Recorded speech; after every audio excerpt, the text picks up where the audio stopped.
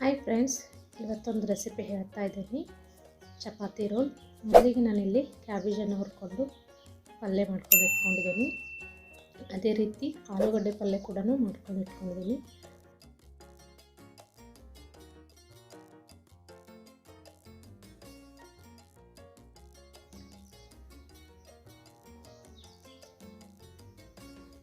ಈಗ ಪನ್ನೀರ್ ಮತ್ತು ಈರುಳ್ಳಿಯನ್ನು ಹಾಕಿ ಸ್ವಲ್ಪ ಈ ಥರ ಹುರ್ಕೊಂಡ್ರೆ ಸಾಕು. ಈಗ ಚಪಾತಿ ಮಾಡ್ಕೊತಾ ಇದ್ದೀನಿ.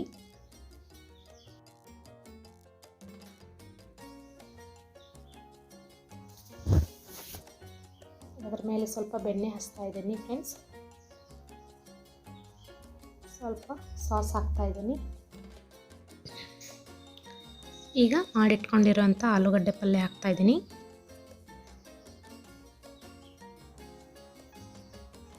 ಕ್ಯಾಬೇಜ್, ಪನ್ನೀರ್ ಇವನ್ನೆಲ್ಲ ಹಾಕಿ ನಾವು ಇದನ್ನು ರೋಲ್ ಮಾಡ್ಕೊಳ್ಬೇಕು.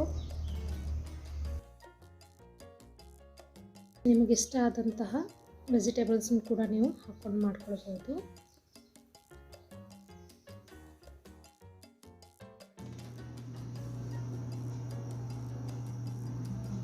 ಸ್ವಲ್ಪ ಚಾಟ್ ಮಸಾಲ ಹಾಕ್ತಾ ಇದ್ದೀನಿ. ತುಂಬ ಸಿಂಪಲ್ ಆದಂಥ ರೆಸಿಪಿ, ನೀವು ಒಂದ್ಸಲ ಟ್ರೈ ಮಾಡಿ ನೋಡಿ ಫ್ರೆಂಡ್ಸ್.